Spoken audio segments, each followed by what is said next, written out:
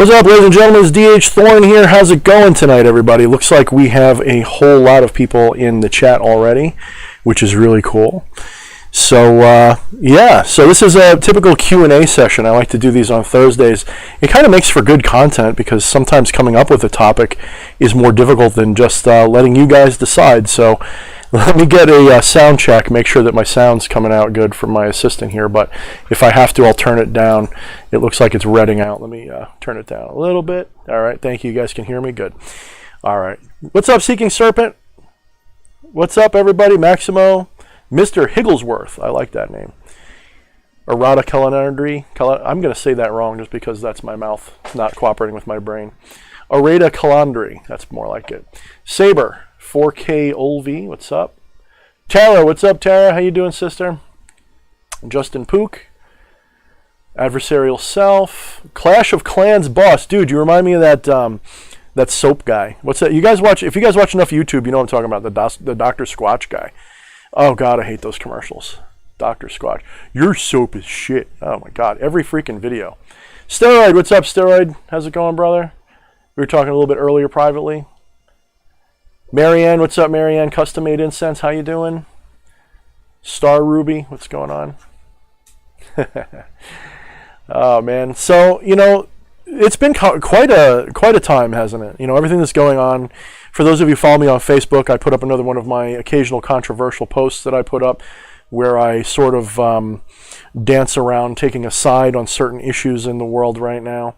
But generally speaking, you know, I like to try to keep things from getting too political in my work, but the things that are going on right now cannot be ignored. They do have a spiritual significance, and they are spiritually important. But I don't really want to dwell on that tonight too much, even though I feel strongly about it. I want you guys to have a little bit of time where we talk about something a little higher and help you guys integrate a little bit more with, you know, your own practices and help me get back into focus. Because I'm not going to lie to you, the stuff that's been going on lately in the world is enough to yank you right out of your focus. So let me light a little bit of incense. I actually was thinking about doing a video talking a little bit more about incense soon and my thoughts on it and, you know, why it's important and, you know, all that kind of stuff. And it's an interesting subject that I'll probably definitely do a video on pretty soon. So I'm not going to really talk too much about it tonight. But show me in the comments how many of you guys feel like incense is one of those utterly mandatory, like not mandatory, but you know what I'm saying, really important elements of a good ritual. Show me in the comments how many of you agree. No, you're not late, Diamond. We just started. Like, you missed like the opening music and me just being obnoxious. You're good, Diamond. Hey, what's up, Johan? How's it going, brother? So, Story, don't worry about staying up, man. You always watch these later, I find. You always tend to watch these second after I'm done. So for those of you who don't know, I am definitely working heavily on my next book, which is going to be a vampire-themed oriented book. It's going to be basically focused almost entirely on the vampiric left-hand path infernal current and my own personal experience with that current, because that is something that I practiced a long time ago, and I more or less did not follow through forever with it because I no longer felt a need. And I'm not going to say that that was always the right move. You know, there was times I probably felt drained and didn't feel myself because of it. But it's, you know, it's something that it's a practice that I wouldn't say I mastered, but I certainly got pretty good at it, and I definitely have some things to say about it. And in getting prepared to do this book, I initiated with Lilith. And Lilith is turning out to be an excellent, more or less perfect spirit to work with if you're interested in the vampire current at all. Very happy to oblige that practice, if you will. It's in all the prior mythology of Lilith and all of her iterations going back to Sumeria. There was always, you know, a combination of sexual vampirism and blood drinking and all that stuff. Now, I got a little bit of an artifact on my video here. Hold on one second. Let me fix this. Nothing too serious. Focus. There we go.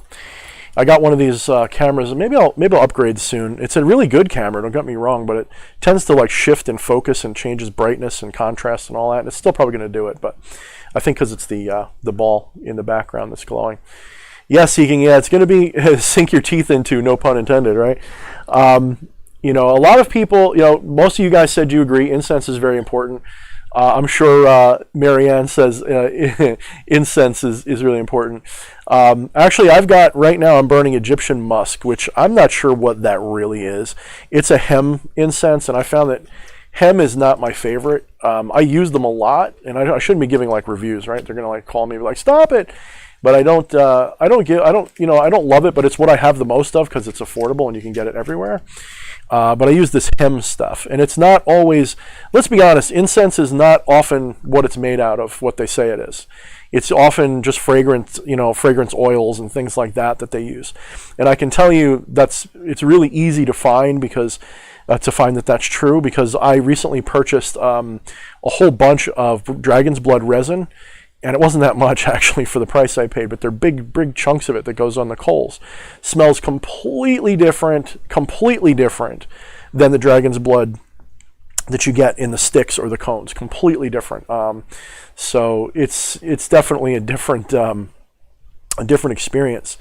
But does it really matter? Does that really matter if it's the right material or not? Is it the smell or is it the substance? And what is it that matters about that? You know, do you think, let me see in your comments there what you think. Do you think it's the smell of the incense, or is it the materials it's made out of, or is it some combination of both? You're going to kind of cop out like I usually do and say it's kind of both. Which do you think it is? What do you think is really important? So I'll be looking for those comments. Now, for those of you who don't know, who haven't been here before, especially during my Q&As, because my eyesight kind of sucks, and I do have this maximized really big, but it can be hard for me to see people's comments. So if you have a question that you want me to answer, find a way to make it highlighted, make it bold, give me a super chat, tag my name so it pops up in orange, something. I don't show too much preference. I do get to the super chats first because they paid for that, but I will answer everybody that I see. All right, so just so you know. Somebody already put something in bold. D said, I also love using oils for aromatherapy. You know, I never really got into aromatherapy. A lot of times I find that, you know, when certain smells are too strong, I get like a headache. And aromatherapy isn't usually too bad. But I tend to really prefer natural and old style incenses. I generally, in almost all of my rituals, I'm going to focus on the basics, your sandalwoods, your frankincenses. I see Steroid Maximus is mentioning some of them, dragon's blood, sandalwood, myrrh a little bit. I don't like lavender. I think lavender gives me headaches. There's something about lavender I don't like. So generally those. I don't really go for the designer fragrances that are like, you know, this is night air and this is lotus blossom. That's like, it's not really made out of those things. You know what I mean? So those don't always do that. So D Phoenix says exactly the right answer, in my opinion. The important thing about scent is how it shifts your consciousness. And I've said this before in other videos. I've brought that up because your sense of smell is the strongest one connected to memory. There's a commercial that went around for years saying that, and it's more or less true. Our sense of smell is the one most strongly connected to memory, to sort of an astral sense, if you will. Even if in your spiritual space you don't necessarily smell things very strongly, it tends to encourage and cause memories and thoughts and brings you to places. Let me give you an example. Most of you know, like, your grandmother or mother's cookies when they would bake cookies, right? And you know that smell. Or maybe you know the smell of your grandfather's basement where he would do a lot of, you know, little chores. He had a little shop in there and it had a certain smell. So that's something that will, when you experience it, it will bring you back in your mind very easily to that place and that awareness. The same thing is true in ritual and in magic. If you get into a habit of using ritual scents, you know, whether it be oils or incense or whatever that's perfume in the air, the smell of candles even. If I get enough candles going, what I like to do once in a while is I'll light a bunch of candles, blow them all out so I get that just freshly burnt candle smell and do it all over again. Once in a while, it takes me into that okay, it's magic time. It sort of gets you there. But these smells, especially when they're associated with a certain spirit, it's almost like women know this, and men know this too, but I think women know this better. So I think women have a stronger sense of smell, actually. When a woman smells a certain cologne on a man that she has an attraction for, that smell is remembered. Believe me. They'll go, oh, I loved how he smelled. I've heard that many times when I was a young man with my women friends. It was always a comment that happened a lot. So smells are very important to memory, and they're very useful for that. And so on our end of the experience of magic, that is at least one part of the explanation of why incense is so important. In the olden times, I shouldn't even say the olden times, as recently as like 60, 70 years ago, the way they used to do spiritual contact, you'd have two people. You'd have someone who was doing the communication, like they'd be calling out to the spirit and doing the ritual, and you'd have a medium whose job it was to pretty much just sit there and receive all of the communication and then regurgitate it in a way that the operator could experience. Because often the operator was just somebody with a question or whatever. They had mastered the art of doing the ritual, but they weren't necessarily sensitive. They truly believed that not everybody was sensitive, and they also believed that the medium should be fully in the throes of the passion of the work, so that the medium is not distracted by the ritual work. I do see absolutely some value in that, and it does add a little bit of validity to the messages you get, because you kind of have a second person there. The way it is now, if I tell you that a spirit showed up to me and told me I was Jesus Christ's second cousin twice removed, what would anybody have to say that didn't happen? So I have to be extra careful in what I tell people, how sincere I am. So they'd have often two people doing this together, and sometimes more. And the medium, that smell and the lighting and even the music and the chanting and all of this stuff was actually part of how they got into a trance. And this allowed them to enter into a more astral state. It allowed them to kind of cross the veil and get a better understanding of what's on the other side, to be able to see it clearer. Now, I don't think it's required. There's a lot of things that happen in magic that has become sort of superstitious stuff that, happens because someone said it's supposed to be that way, especially in a movie. I can't tell you when I was younger, when the movie The Craft came out, and I would do magic differently than what was shown on The Craft, and I would get shit on for it by people who never really practiced anything. So it's people got to beware of their traditions. This applies to incense smells as well. One of the things that happens that I see is people will be attempting to contact a spirit, and they'll go, well, I hear that that Lucifer likes lavender and I don't have lavender, so I can't call Lucifer. And I often think, like, what are you, nuts? Like, I mean that nicely, but what are you, nuts? That's not how this works. He's not gonna be unable to show up or be offended if you don't necessarily have the right incense. In fact, they're more likely to respond negatively for other things, but not because you have the wrong incense. It's just not. That's not going to be the issue, guys. Don't worry about that. What matters is that you have an incense that you like, that feels like it connects to that spirit in some way. That's a lot more useful. All right, so what about them? What about on their end of the spectrum? What do they get out of incense?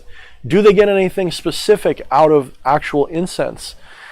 Well, I would say that if we're talking about an actual herb, if you're getting your sage, if you're getting real dragon's blood resin, if you're getting real sandalwood, if you're getting real Palo Santo, which is awesome stuff, now you're talking about a sacred plant, a sacred wood. It's got properties. It's supposedly associated with spirits in a long, long history. Whereas the smell that we're talking about, again, if we're talking about like incense sticks, we're not really talking about the material that it's made out of. There's an oil or something that they impregnate the powdered wood with that gives it that smell when it burns, but it's not always, although sometimes it probably is, I don't doubt that it is sometimes, the proper substance for the incense. So if we're talking about making an offering of an herb, that's really a good idea. In fact, I haven't done it a little while, but one of the things I like to do is I have a mortar and pestle, and I'll go into my herb shelves and just in my cooking cabinets, and I will grab herbs that correspond to the spirit in some way, either because I've read other people had good luck or because I know that this spirit has a certain specific association with the spirit from maybe they have like the same origin gods or something like that. So I'll take those things, I'll look them up in my grimoires, or I'll look them up online. I'll find what corresponds. I'll go into my medicine, my cooking cabinet.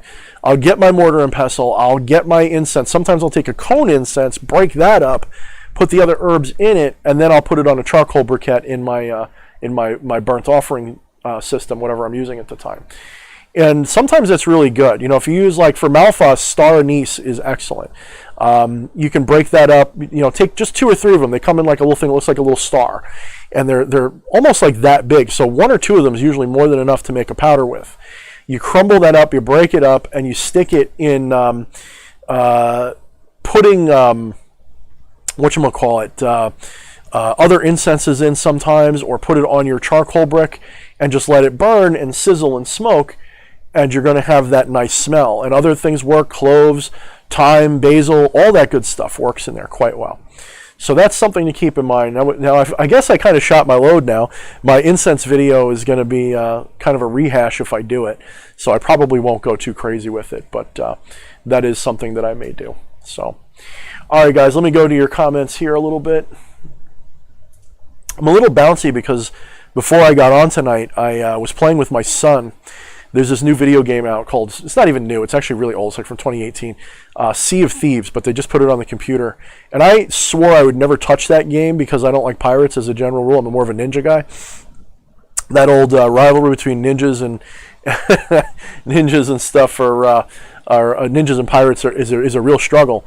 But I decided to give it a try, and I'm hooked on it. I've been playing it like nonstop. My kid decided to try it tonight, like an hour before I came on, so I'm all like, fired up from shooting at ghost pirates. It's pretty fun. Let's see.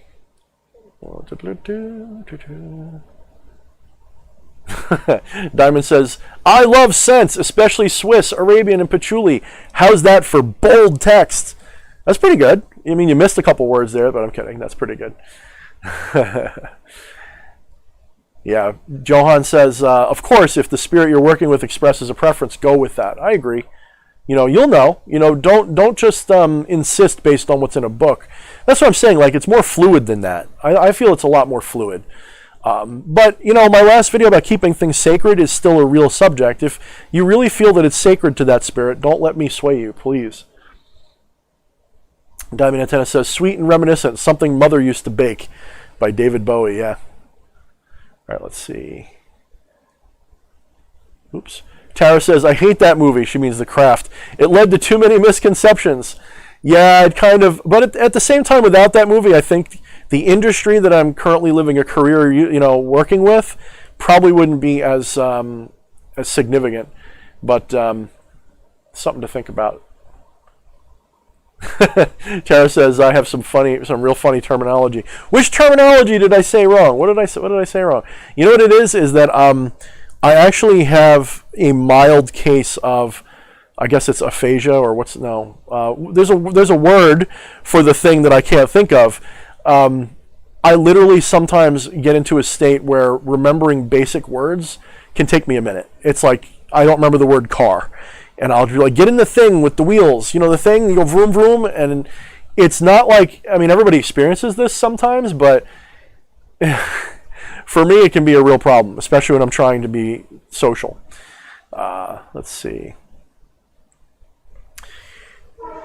Did I say Marbas? I meant Malphas. I might have said Marbas, Sam. I apologize if I said Marbas.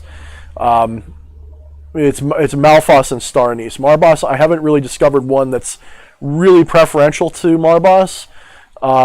Some people would say like the smell of disinfectant, right? Because he's a doctor, but I honestly, it was meant to be Malphas, so I apologize if I misspoke.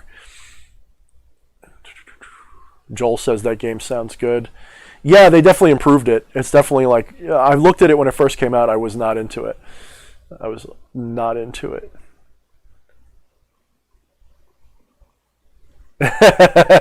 Tara says, you said you shot your load, meaning you're done jerking off and ready to begin. I don't know. Maybe some of us go right to sleep when we're done, with that part. I shouldn't speak for all men, I suppose.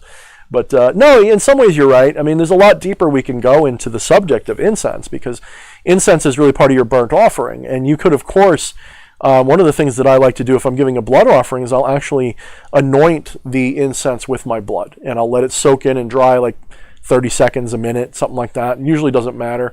And it will burn along with the incense. And it doesn't really add to the smell, but you know it's there. And sometimes you can see it get down to the spot where all the blood is. And that'll kick things off. Yeah. A cereal, what's up, brother? I know, and I know you. That's one of the things, you speak English a lot better than you give yourself credit for.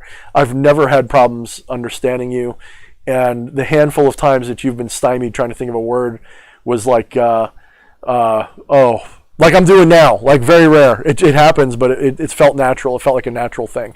So yeah. Pretty cool. Actually, I should get a cereal on here sometime. He's a cool guy. Get along with him pretty good. Yeah. So this vampire book that I'm going to be releasing, it's probably not going to be very large. I've kind of decided that I'm going to only put out a huge book when I have content that is of the right nature for a big book. Not every subject requires a 160,000 word book, which is what Become the Maelstrom was. And I think if I remember correctly, Shadownomicon was 90,000. So just to give you an idea, it was almost half the size of Become the Maelstrom. I'm predicting that the vampire book is going to be on the order of around, we're going to say 90 to 100 and change pages, with probably the 6x9 format. So probably around 40 or 50,000 words, maybe.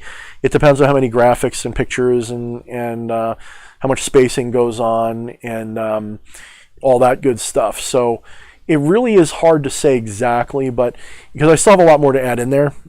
There's a whole set of rituals to Lilith that's going to be included in that, because Lilith is such a primary matron of the vampire current, as is Asmodai or Asmodeus.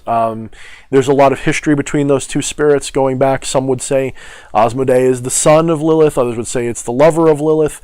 And there's and synonymous with Samael, and there's all these different ways of looking at it, and I'm not going to try to untangle that and make you think it's one way or the other, but I'm definitely going to give you my understanding of how you can use those things, with an emphasis, a very strong emphasis on Lilith. And if you guys are in my Become the Maelstrom Facebook group, you'll see I posted a picture of the dedication, which to me, you know what, maybe I'll drag it out for a second. I'll read it to you, because I'm actually proud of this. It's actually something that would definitely serve as at least a piece of an invocation. Absolutely. So thank you, Steroid. I appreciate that, man. I really do, brother. I thank you every week for showing up. And as usual, if you need anything, I'm here, and we chat up once in a while. So hopefully everything's good. All right, let's see. All right, here's the dedication.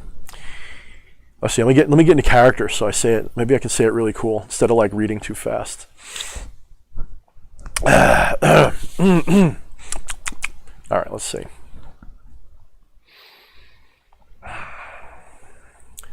Thank you, Dread Mother Lilith, for your inspiration and guidance in this matter, for embracing me as one of your own.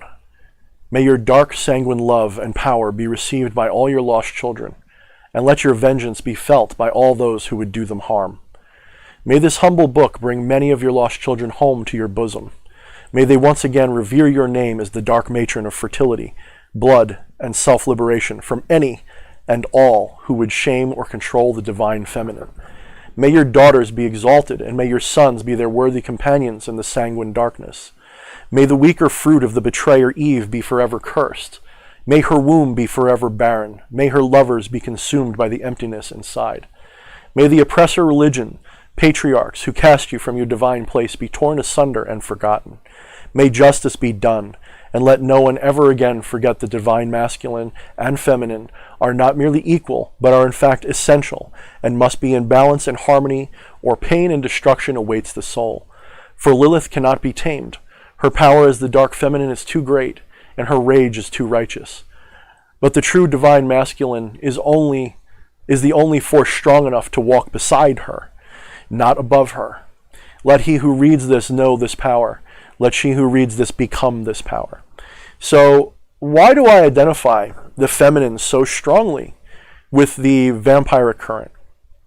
Why is that so meaningful? Why is Lilith? I'm getting chills. Thank you, Lilith. Awesome. I sound like a freaking preacher now. Thank you, Jesus, right? Thank you, Lilith. Why is that so important? Well, the vampire current is, of course, a receptive current. You're talking about drawing something from something else, taking the energy of someone else and using it as a seed to energize yourself is very much a strong component. That doesn't mean there isn't a masculine essence to it. There is absolutely a masculine essence. But you'll notice the coolest vampires are often really well aligned with both of their masculine and feminine qualities. They're usually not one or the other, right? They're usually, even when they're very masculine, they have a feminine quality to them, especially the cool ones in Interview with the Vampire. And of course, we are talking about the modern pop culture vampire, but it's obviously, related to something. It's inspired by something, right? There's a reason why our pop culture turns out the way it does. Life imitates art, and art is supposed to be a picture of life. It's supposed to be a circle. So, as Asario pointed out, the feminine is a receptive or taking. I would actually maybe not take is the right word. It's a receiver. Taking is a strong word. Taking is a masculine type of thing. It's more of an assertive act, where the feminine is more of a receptive act. The feminine is generally more yielding. And there's definitely an element of taking going on. So that would imply that what I said is maybe not right, where, Lilith being a receptive, but there is definitely reciprocation in pulling, in taking. There's definitely a sense of cycling going on. So this is why I'm including Asmodai. There should be a little bit of masculine going on as well. Absolutely important. Tara says, why do I get sweats when you get chills? I'm not sure. You might want to talk to the doctor about that. Hopefully it's nothing serious, but no, for real. I mean, it's always different for everybody. I get the chills. It's like I feel like a wave, as if a spirit's passing through me, and it's like I literally get a flickering, like a shuddering, a buzzing in my body, and then the hair on my arms stand up. It's not unlike at all when you get a chill when you have a cold, except it's way more like waves. It's usually coming from one place in my body and it's passing through to another. I feel like something's going through me. And it's how I know that I'm getting some sort of a communication, connection, invocation, channeling even sometimes. Jimmy D 4477. Are your books good for beginners that may not be on the left-hand path? My books can be used by anybody. Especially beginners, at least the first one. Shadownomicon's not for beginners, but I do recommend you read it anyway. Besides the fact that I get paid a few dollars for it, it's useful information even if you don't plan on using the rituals in it. You can definitely read more than half of that book. You can read the whole book and be totally fine. Just don't practice the rituals until you're ready. Become the Maelstrom, however, is not unlike Modern Magick, or there's a couple of other books that attempt to do what I've attempted to do. And they lay out for you a complete course of magic from start to finish. So I give you the idea of what I believe magic is and how it works. Now, to be fair, such a subject cannot be covered in a few thousand words. It would probably take a lifetime of books to properly encompass the verbiage necessary, because we don't have that verbiage. We have to invent words and string metaphors together so that you can understand what we understand in a nonverbal way. Those who practice magic or have spiritual tendencies, it's not that we can't communicate it with you. In fact, someone like me, I challenge myself to be better at communicating these principles in general. That is, why I like Alan Watts. He put things in such understandable terms for the Asian mystical traditions. Well, I'm trying to do the same thing for the left-hand path. Now, the left-hand path, just so you understand, is not, in my understanding, in my lexicon, left-hand path does not mean what most people in magic or spirituality mean.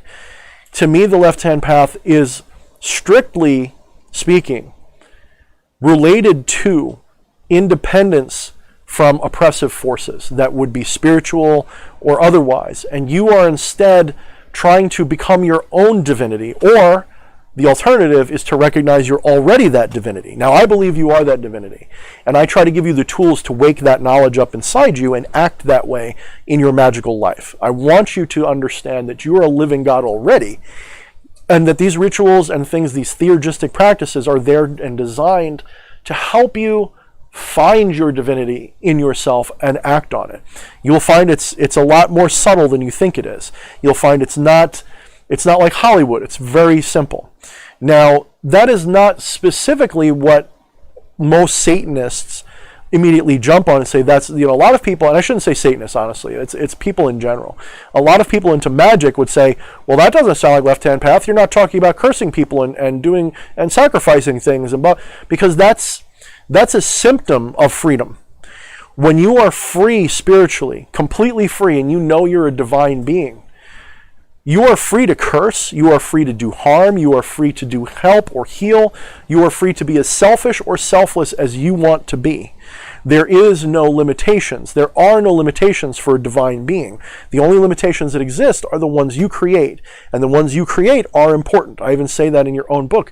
There's actually, in my own book, it's necessary to have a canvas with a limit on it so that you can experience something in a way that is meaningful. If you just go all over and figure, well, if I want the moon to fall out of the sky tomorrow, it will, maybe. I'm not going to say it won't happen, but I'm just going to say that you're better off aiming at things that your rational mind can understand so that you can learn more and more clearly what is possible, which ends up being more and more things, honestly. But it's better to work your way up to that rather than just saying, I can do anything, I'm God, and then it doesn't work, and then you get disheartened, and then you fail. So, my book is a left-hand path system. It does include curses. It includes working with demonic forces. But every element of that book can be interpreted and used in other systems of magic. You can absolutely take, especially the methodology section, and use all of that for other systems. And it's no secret that a lot of my metaphysical beliefs, which serve as the core and the essence of what I do, come from Eastern metaphysics, with a little bit of Greek or early Western metaphysics. So I base a lot of what I do on not Hinduism, but Advaita Vedanta. Apparently, I didn't know that. I mean, I was writing these things, and someone pointed out, says, that sounds just like one of the Vedantas. I'm like, oh, really? So I went and I read it. I'm like, yeah, it sounds exactly like something I've been saying.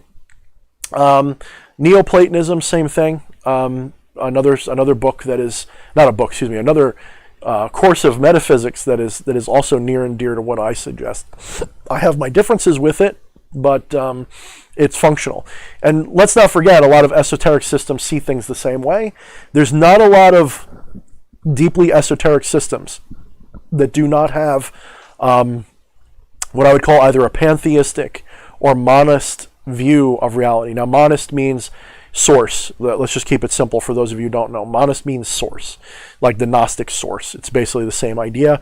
The Gnostics have their own interpretation of that concept. The Neoplatonists informed that concept. There's a little bit of cross-pollination between Neoplatonism and Gnosticism. Advaita Vedanta is, of course, a little bit of cross-pollinations between the Greek and the ancient Indians, and they certainly came together and taught each other things and came to the same conclusions. And if we go back in history, when we're looking at the ancient religions, a lot of them had this feeling of that the gods were not the source itself. They often came out of something and often turned that something into something else. So there's almost always like a question of what came first. And well, monism kind of answers that question a little bit.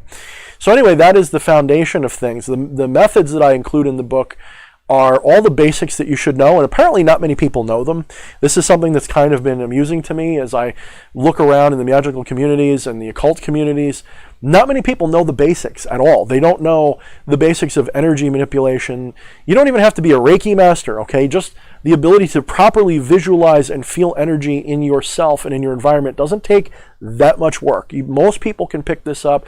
Most people can do a Cyball the very first time they try. Usually second or third time, no problem. Meditation takes a little bit of work. I estimate that if you're doing it daily like I suggest, or every other day or whatever, to get the hang of the type of meditations I'm talking about, couple of months to a half a year to get it so that you can clear your mind enough to have no thoughts for a period of time so you can enter certain trances. Not that hard, but it's very important to do before you really let yourself go with Magick and really take yourself off the chain. It really helps a lot. It's what I was saying earlier in the show was you'd always have a medium who would go into trance, and that's how they would do what they do. They needed a medium. Well, I'm trying to help you be your own medium because most of you are solitary like me. You practice alone. You don't have an operator to do the stuff to put you into trance, so you have to do it. And of course, I don't put this in the book, but you can even use hypnotic regression. You can use hypnosis. You can use those things to put yourself into the same kind of state of energy. And then, of course, it's got stuff in there for showing you how to work with those spirits exactly. All right, let's see. Apparently, people have been chatting me up, and let's see. Jessica here, who fingers herself. Thank you, honey. I really want to know what that comment was now. I hope you took a screenshot. Let's see, where was I? Oh man, there's a lot of spam going on. I missed a bunch. Okay. The very next question was from D Phoenix. Do you know of Don the Vampire from Mad House? No, I don't. I very vaguely know what Mad House is. I know it's like a reality show. But otherwise I have no clue.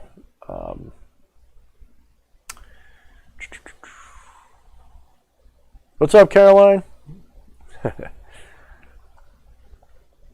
Let's see.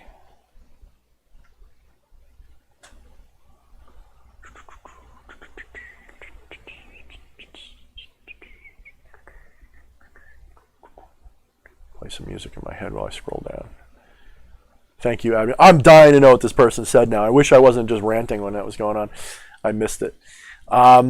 Diamond Antenna, DH, will you touch on reversal magic during Mercury retrograde and other things or other retrogrades happening? That's a complex subject, but a simple one. Just because the planet's in retrograde doesn't mean you can't harness its power to do the things you want. A retrograde, depending upon the planet, because sometimes some would say that Saturn in retrograde can feel positive because Saturn's often kind of a hard,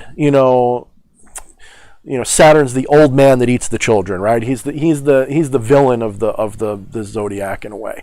He's the villain. Not really. I mean, I shouldn't quite say that, but you know what I'm saying. Like, you all know what I mean. He's not like the god of love and no. He's the hard old motherfucker that teaches you the hard way. And when he's kind of going in retrograde, it tends to be a little bit more. See, I hesitate to say good because it's still good when he's in his normal state. I'm not saying anything negative about Saturn. All I'm saying is that you might have less of a adversarial experience when Saturn is retrograde. But we got all these other retrogrades going on. Literally every planet is in some form of retrograde, pretty much. All the ones that matter right now. And, Mercury is going retrograde. What is it, tomorrow or tonight? I forget what the date is. You have all this stuff going on. So how do you use that to your advantage? Well, right now, the world is having a major, and in a way I hate that you brought this up because it's going to make me talk politics, Diamond, but you're sitting in a situation where there is a major shift in people's awareness. You're seeing a major shift in where a lot of people are becoming aware of things that they weren't aware before. And we can go planetary and show which ones of those things are. Before I do, I got a super chat popped up. Let me find it. Max Avery, what binaurals do you listen to during your rituals? Curious to see what frequencies you've had with the best experiences with. I actually use a lot of my own. If you look on Thorne's binaural section, I have a lot of those. But generally, I don't use YouTube videos for that. I go to binaural beat generators and I find the one that corresponds to the energy I'm trying to reach. So when I'm writing, I will often go down into a theta or a low alpha and just kind of zone. And but there's other ways you can augment that, which I'm not as knowledgeable about. So I trust the website has the right intention in it when they put, you can oscillate it this way and change the volume, frequency, etc. of different things and give yourself a better experience. I do find that low tone, very low tone, we'll say binaural frequencies tend to help. So there's this one where I put, if you can hear this low between 40 and 44, or 60 is kind of like as low as most people can hear. So like 60 and 64 to 66 is good for, infernal invocation. You go down into into a theta state where your brain is resonating at, say, 4 to 6 hertz. And that's syncing up with the ionosphere of the Earth, by the way, if you didn't know that. It's getting close to that, so there's some synchronization going on. You start making connections with spirits. And that lower frequency, that lower tone, I think emotionally stimulates that darker, deeper, more bass energy that you have, instead of a really high-pitched tone, which tends to be more crystalline and angelic. Now let me go back to Diamond's question, because I do want to touch on that at least a little more. So we could tear this whole situation currently apart, planet by planet. You have Venus that's in retrograde, which is showing a lot of infidelity in people. The usual, that doesn't mean it's bad. Again, let's remember, this is not bad. You're looking at a situation where instead of long-lasting love affairs, you're going to have one-night stands potentially, and they can be awesome.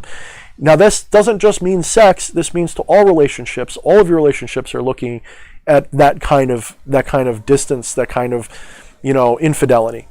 When you're talking about Jupiter, your sense of power is going to be put into flux, and you're going to question your own power. You're going to wonder, do I really have power, or am I chasing the right things? Is this what I'm really supposed to be doing? Am I really supposed to be, the CEO of this company? Maybe I should have followed this other dream instead. So it's going to put you in a position where you're not without power, but it's going to put you in a weird state where your sense of power is a little bit rattled. Saturn being adversarial energy most of the time might feel a little bit more of a nurturing slant to it. So instead of being, you're wrong here, you're wrong with that, do this way, here's where your power is, blah, blah, blah, blah, devouring your lies and so on, it might be a little bit more gentle in its energy towards you right now. You might feel a little bit less inclined to judge yourself, perhaps, or, you're not going to be maybe as resentful towards things. But the irony is, we're seeing right now, it's like the elite knew, because they know, they're occultists, pretty much all of them. They knew what was going on, what was going to happen, and they timed things for this time of year. So how do you make these things work for you? The same way the elite do. They look at the world, and they have their long-term plans, and I'm sure that they look at astrology as a big part of things. And not even just astrology, just planetary energy. And they understand how these things tend to work. And so they'll set up situations to benefit them during this time. So a good example for you to use this in your magic would be Mercury in retrograde, baneful work. I think it's one of the best times you want to screw somebody up. You want to put them in a position where their communication sucks. They get into fights with their family. Their computers break. Anything to do with communication. All right. Mercury is a god of, it's a celestial being of the communicative, the transference, the throat chakra. Okay. You want to screw up the throat chakra. You want to screw up people's ability to communicate. Target them during this time, or target them just before, so that the energy is there, and then once it rolls in, it's released into that environment. And you should see pretty strong effects. Right now, with everything else going wrong, baneful magic's like probably at an all-time high. It's probably the best time to screw people over right now, but it is certainly not the only time. So let me scroll down. D asks, can vampirism have blowback? Yes, it absolutely can. I mean, vampirism is a complicated subject. It's really about your energy body. I don't want to give away the whole book, but it's really about your energy body. And your energy body is both the source and destination for your vampirism. It is, even though you may use blood as the medium for the transfer of that energy, not everybody has to. Your energy body is what is out of whack, out of balance. And vampirism can definitely screw you up more. In fact, if you don't have a vampire tendency already, and you go into using vampire practices, there is a chance, if you do it too much, you can actually cause a dependency, not unlike an addiction. That doesn't mean you can't be cured of this dependency. It doesn't mean that, let's be fair here. There's a lot of people who talk about vampirism as if it's Hollywood, where there's literally a genetic defect or something. They're immortal. They're susceptible to all this stuff. I have found that while, yes, people can be born with vampirism, absolutely 100% in my mind, although I can't prove it, by the same token, if they correct the things in their life that are causing that vampiric necessity, then they can potentially be cured. But I don't like the word cure because I don't see vampire as a negative condition. I see vampire as actually something we all do anyway naturally. This is a thing that we all do all the time. We are always cycling energy from our environment and from our companions, from our food, from everything into our energy body and then expelling it back out in a form that's no longer useful because we've balanced it out. We've cycled it. Just imagine like a water wheel, okay? Like the pinwheels of your chakras. The energy is coming in and it's going back out again after imparting its spin, its intention, its meaning to you. Well, a vampire is basically someone who, for whatever reason, their natural ability to siphon off of the environments and their actions not enough. It's either not enough or they're out of balance, so they need extra of something to help balance them. There's a lot of explanations, and I put them in the book. You can even have a real head vampire, quite literally, that is the source of your own vampiric problem. When I say problem, it's usually a problem because you're not aware of what you are, you're not properly, we'll say, either taking mundane or spiritual activities to help regulate your energy body. So, for example, you have a very narcissistic vampiric parent, because narcissists are almost always true narcissists, not just people who act like it. True narcissists are virtually always vampires as well. And they will drain the energy out of people, situations, families, the whole work.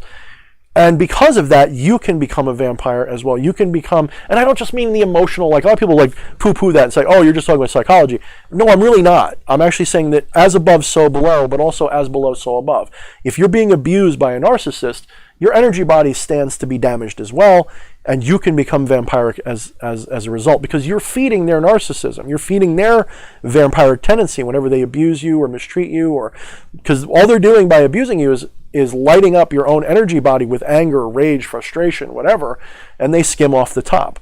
And that drains you, potentially. Sometimes they don't even have to do that. They just walk into a room and their feet or hooks are already in you, and you just go, ugh, and you just feel drained, and you're just done.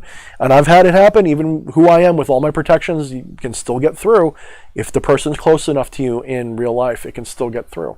So one of the ways, just one, is you can, of course, divorce your relationship with those people and focus on your own healing. That is absolutely a possibility. But as far as blowback goes, I mean, to be more specific about blowback, if you are feeding from someone who is sick, I don't mean they have cancer. I don't mean something like that. I mean, if you are in a codependent relationship with a vampire, so to speak, if you're feeding from another, you can actually help each other, because you might have an energy they need, they have one you need, or you can be feeding off each other's weakness and make it worse, and that can be bad. But we can even be talking about feeding from someone who is potentially too strong for you, someone who will just kind of like, really, they'll unplug, and I've done this, they'll unplug, I visualize it as a black tendril that's stuck in one of my chakras. I'll pull it out, and I will visualize some form of attack being shoved into that tube, and I blow it back down the tube is the imaginary visualization. I'm sending it right back to them. My own curse, my own attack back. And it almost always works. They always have a shitty day. They feel drained. They feel like shit. Especially if I can validate who I think it is. But sometimes it's just random people. Random people, you pass them on the street, and they will see you as as a potential food source, and they may look at you wrong, and just that alone will set you off for the rest of the day. All right, let's go through. There's a lot more to it than that. I kind of hedge around the other stuff because I want to write it. I want you guys to have something to read. Okay. Dice Controller 187 says, can astral travel show you scenes of past as well as present? While there is no past nor future, it's all now. When the past happened, it was now. It's still now. It's just your perception of now changed. Your direction. My analogy's always been, it's like reading a book. The whole book is always there. It's just your awareness that is shifting through the pages of the book, and your awareness is what experiences time, but time is an illusion. So can you astral travel to the past or even the future? My answer to that is your true self is in all of those places.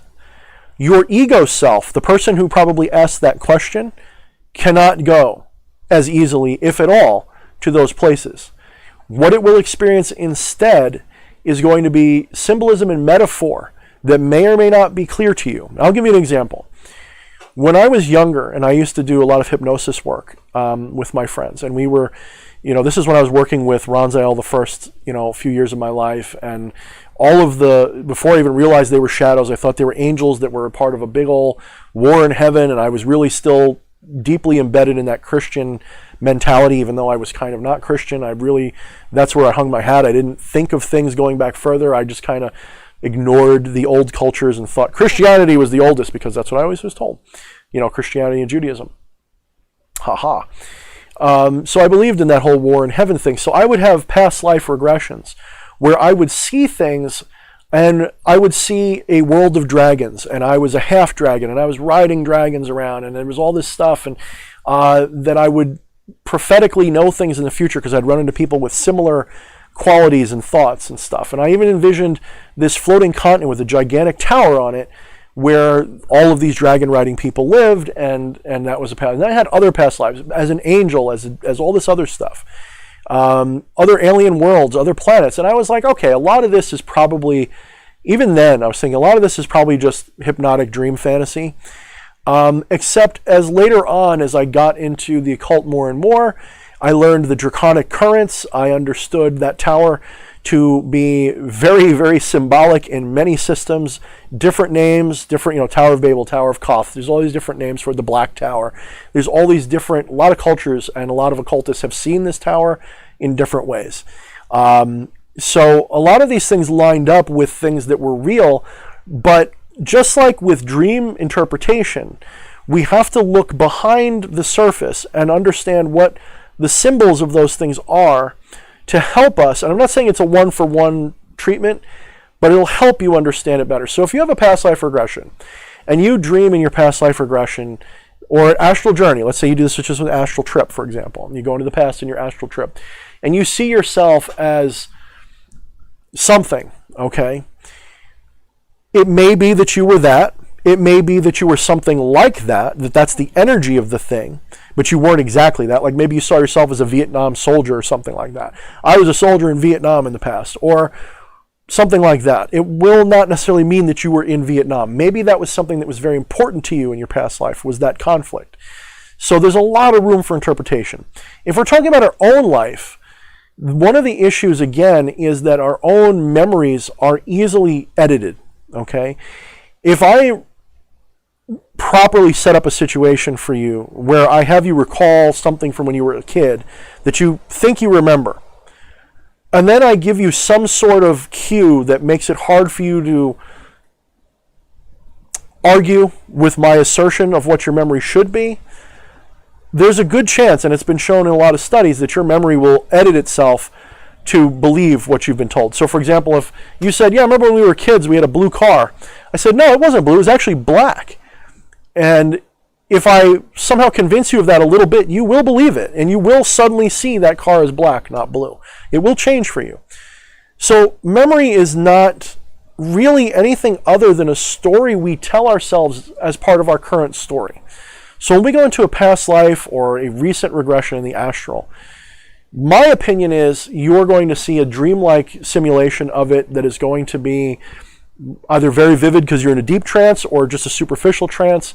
You're going to see things that may be accurate, but they may just as likely be your fantasy. However, let's touch on one other thing, then I'm going to move on, that's related to this. When you go into the astral, what you see is not what actually is. You're seeing an overlay that your mind-body-spirit complex has created to make it easier for your biological iteration to experience vividly. I've done this in almost every stream. I don't want to rehash it, but go back and look at some of my other streams where I talk about how something called Plato's forms. They're hollow, they're invisible, but they are still understood to be what they are. A sphere can be a sphere even though it's not made of anything. And in the same sense, you have memories from when you were a child that you don't remember what happened, but they still make you who you are today. You don't remember the time your grandmother scolded you for almost taking the last cookie, but that moment taught you not to take the last cookie without giving everyone a chance at it, right? So you don't know where you learned that because you forgot that moment, but it's been ingrained in you, reinforced, and now it's part of who you are. So those memories are still there in that form, if not in a vivid form. So when you do your astral regression, those same things will peek their head up, and you'll still have the core of why you're like that in there somewhere, but you might not remember the specifics. So if you're trying to go back in your astral memory and say, what was my childhood phone number? Maybe not so possible. If you're trying to go back, however, and learn the nature of, your parents or something more spiritual, I think you can find it. I think you can find enough that you can absolutely experience it. If you want to get more vivid, not going to happen till you're disembodied, I don't think. Maybe then. All right, Steroid, sorry I'm not here to see you go, but I appreciate you here. Adversarial Self asks, is necromancy a practice you have any insight with? Yes, but that's another big long video. There's definitely people who focus on it. It is not my focus. But I would say in a manner of speaking, necromancy is what we all do when we work with spirits, because a lot of the demonic spirits, for example, are prior gods, and in a way they're dead gods, and a lot of the times those gods were living people or cities or ideas that died and were resurrected in spiritual form, if you will. But necromancy to me is the practice of communicating with the egregore of who a person was, not with who they are. And I say that because what you are is not the story you tell about yourself. That's the window dressing. That's the clothes you wear. That's the name you have. That's the job you have. But that's not who you are. Who and what you are is a center of awareness. And that is what carries on lifetime after lifetime, afterlife after afterlife. Your ghost, on the other hand, is really nothing more than the disembodied story of who you are that continues on after you. Sometimes your awareness maintains connection to it.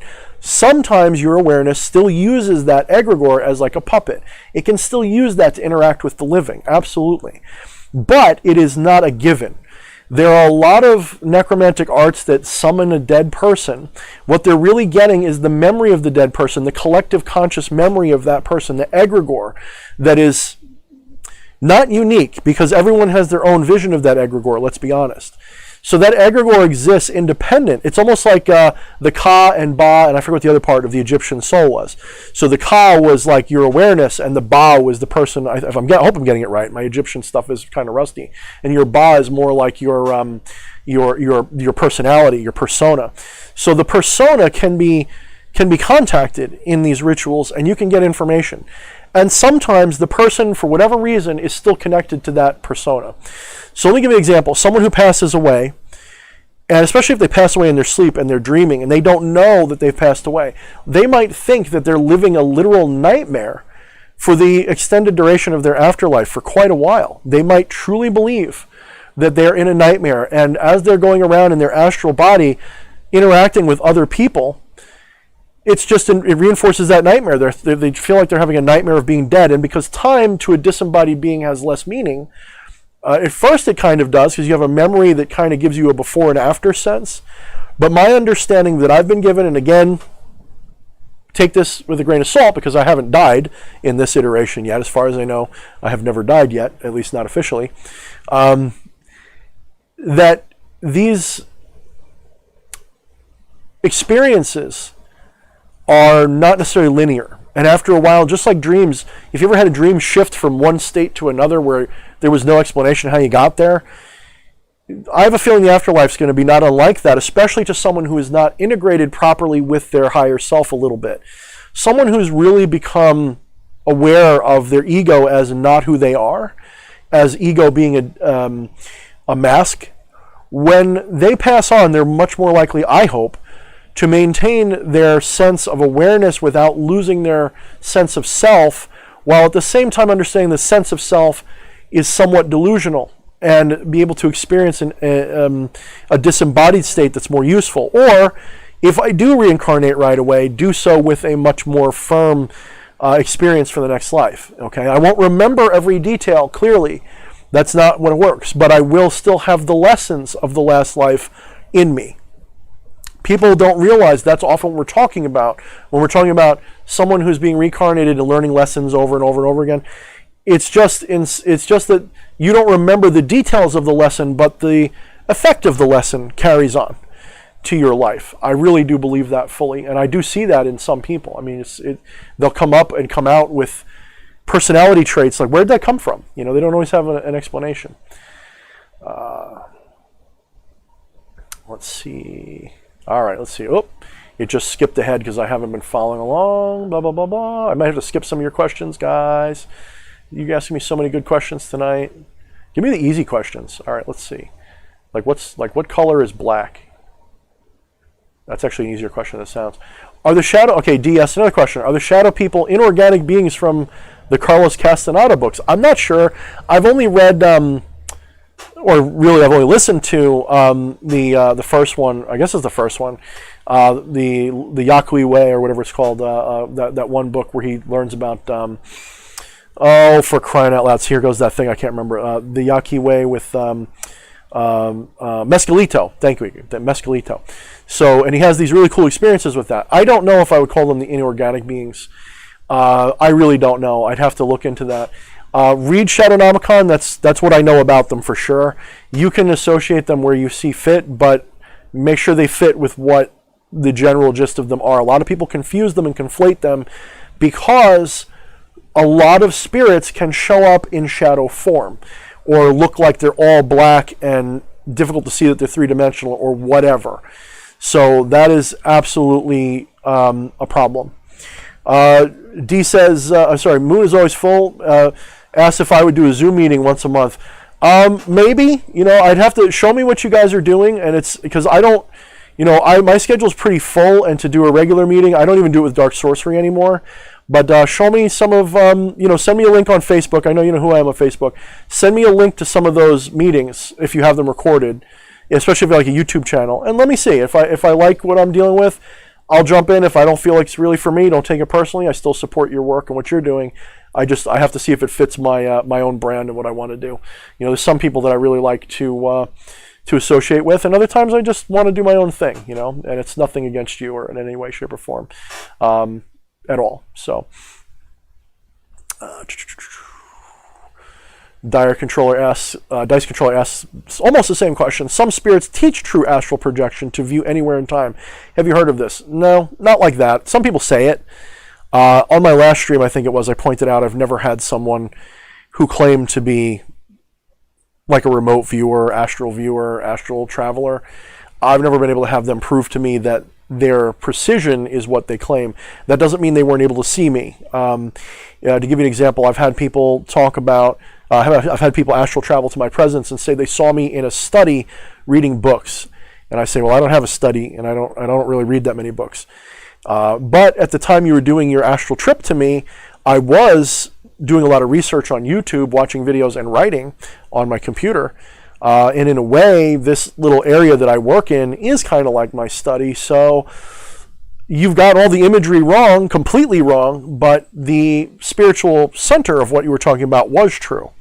So this is why I warn you, when you're talking about astral projection, astral travel, all that stuff, you're not really going anywhere. You're going internal, and your intuition is telling you what's going on. Your higher self is feeding you the information.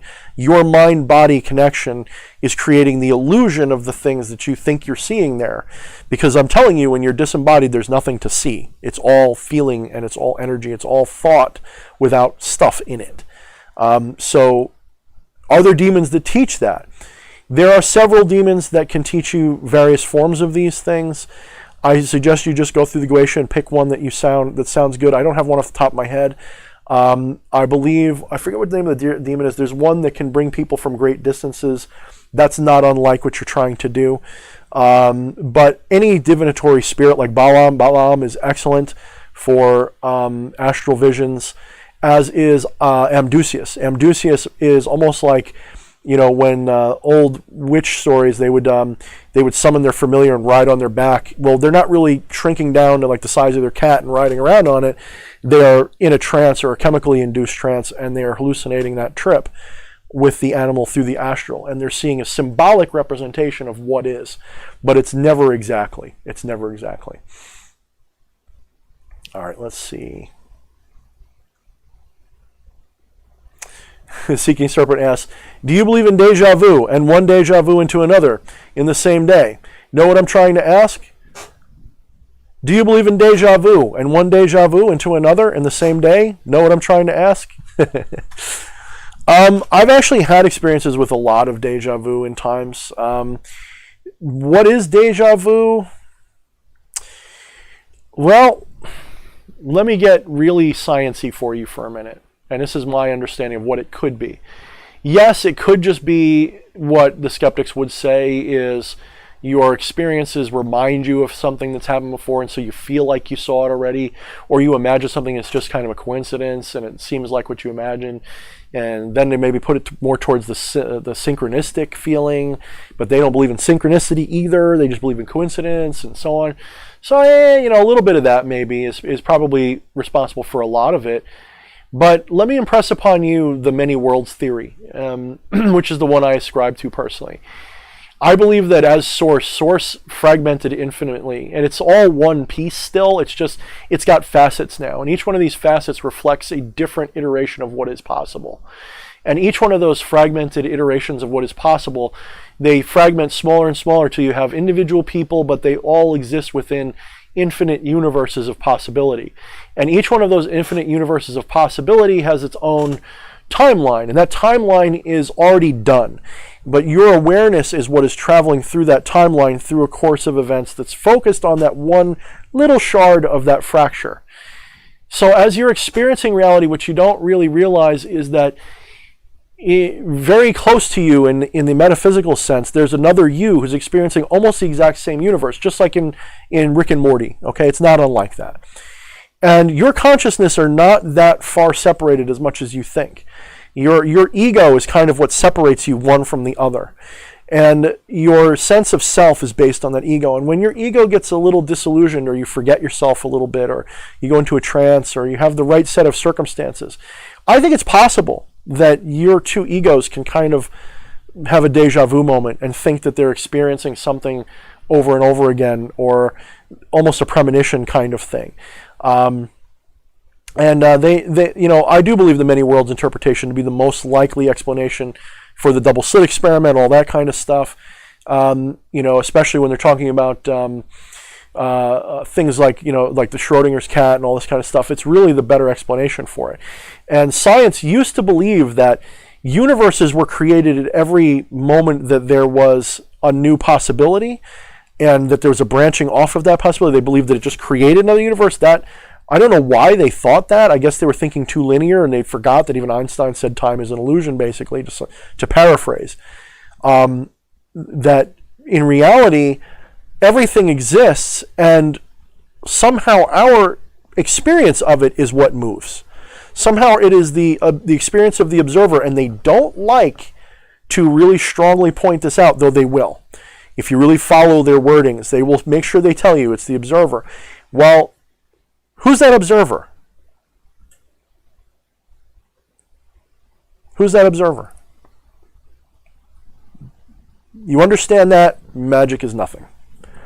The ability to see things is nothing. When you understand that, you get it. You are that observer, but what are you? And everything has its own observer, and that observer is the same observer. So what is moving? What is changing? This is why we get into the deep esoteric metaphysical subjects on this channel, because that's another conversation. I've covered it before, but my book talks about it as well. All right, I'm kind of losing my voice tonight. I might cut this off a little earlier than last week. Let's see. It's not a schizophrenic, Lowland. If a schizophrenic has a dozen egos, do they all have a dozen higher guardian angels? No. Yes and no. Maybe. All right, here's how this works, okay?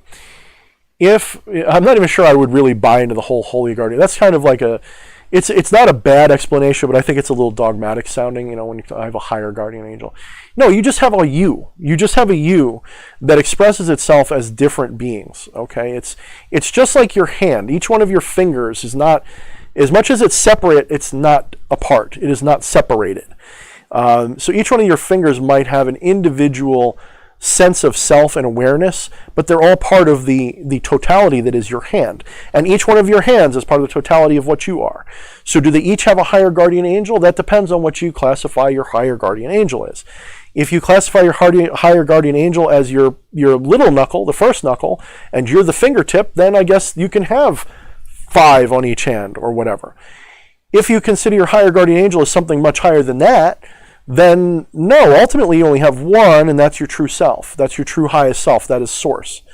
That's what I would interpret it as. So no, but each personality, each conscious personality is its own iteration. And I say that because if the source is a fractured singularity, an infinitely fractured singularity, and each one of those little facets represents another sense of self, what you really are then is the divine source of the universe having a multiple personality experience. You're literally having a whole bunch of, you're literally one of the alternative personalities of the multiple dissociative disorder spectrum. That's literally what you are in a spiritual sense, if this theory is correct, if it's what it feels like is true, which it feels like to me. So you're all me, but we're all multiple personalities of the same divinity. And that's where it gets messy, because a lot of people think that that means you have to join with divinity, you have to join with God, you have to worship God, you have to this and that. No. Because that's what, a lot of these old pantheistic religions believe. They believe you are part of God, and as part of God, you should worship it. But they kind of put the worship in the wrong direction. I feel like worship yourself as God. Isn't that the same thing? If they are right, shouldn't it be the same thing? I'm saying you should treat yourself as the center of your universe. Not exclusively, however. That is to say, everyone's the center of their universe. That doesn't mean that I'm your God. It simply means that I am my own divinity and I practice magic that way. I don't make other things higher than me. I don't call upon Yahweh or Lucifer. I don't say, please come save me. I don't say, please do it for me. I'll say, teach me. I will tell them, I command the energy of this working to do what I want. And that kind of stuff. That's kind of how I push those things. All right, let's see. All right, I'm kind of losing touch. Zulok highlighted my name. Thanks for helping me out, and also thanks for writing Become the Maelstrom, which I'm currently reading. You're welcome, Zulok. I appreciate you too, man. I appreciate that. When you guys support me, it really helps. I mean, this is my career now, and it really doesn't. It doesn't miss me, and I don't miss it. It doesn't miss me about the importance of you guys supporting me and liking what I do. And I can get a little cocky. I mean, we can all get a little proud of what we're doing, and sometimes I maybe talk with a little bit firmer authority than I intend to, because I'm feeling my oats, so to speak. I'm feeling powerful. I'm feeling in the moment. But you guys, your support for me is why I'm here. It reminded me that I am not just some ditch-digging fool working at a nursery anymore. That I've always had this talent and this skill and this ability. And when it was validated by people saying, you know what you're talking about, and I say, I never studied a moment. People don't like to know or believe that, but my amount of study is very minimal. In fact, it's gotten more. I'm going to admit I know a lot more now, because to do what I do, I've got to look more into it. But my fundamentals, the things that you guys go wow about the most, nope, nobody taught me that stuff. That was all stuff I just intuitively sort of figured out and then validated by things like Alan Watts and things like that. But it wasn't, and I know that sounds maybe arrogant, but it's true. I have only myself to blame if I'm wrong. We'll put it that way. And I own that fully. Hey, Eric! What's up, Eric? I didn't notice you here before. What's going on, brother? When did you pop in? How did I not see you here? What's going on, brother? I should have invited you on tonight.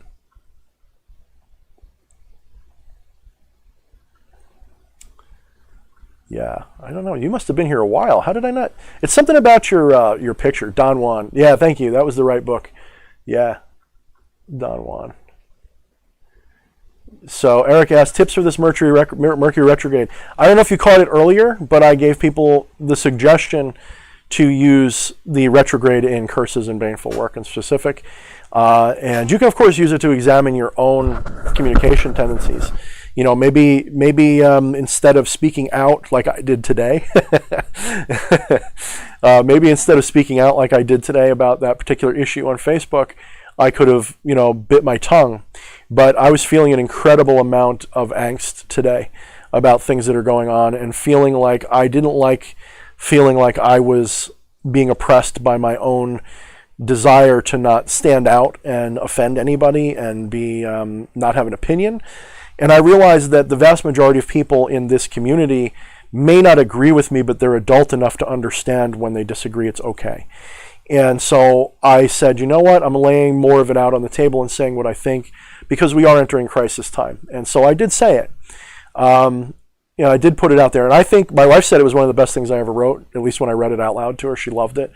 But I definitely thought twice about writing it. And that's, to me, a retrograde moment, because I felt like I wasn't really in the right place. And, it could have gone wrong. It could have definitely gone wrong.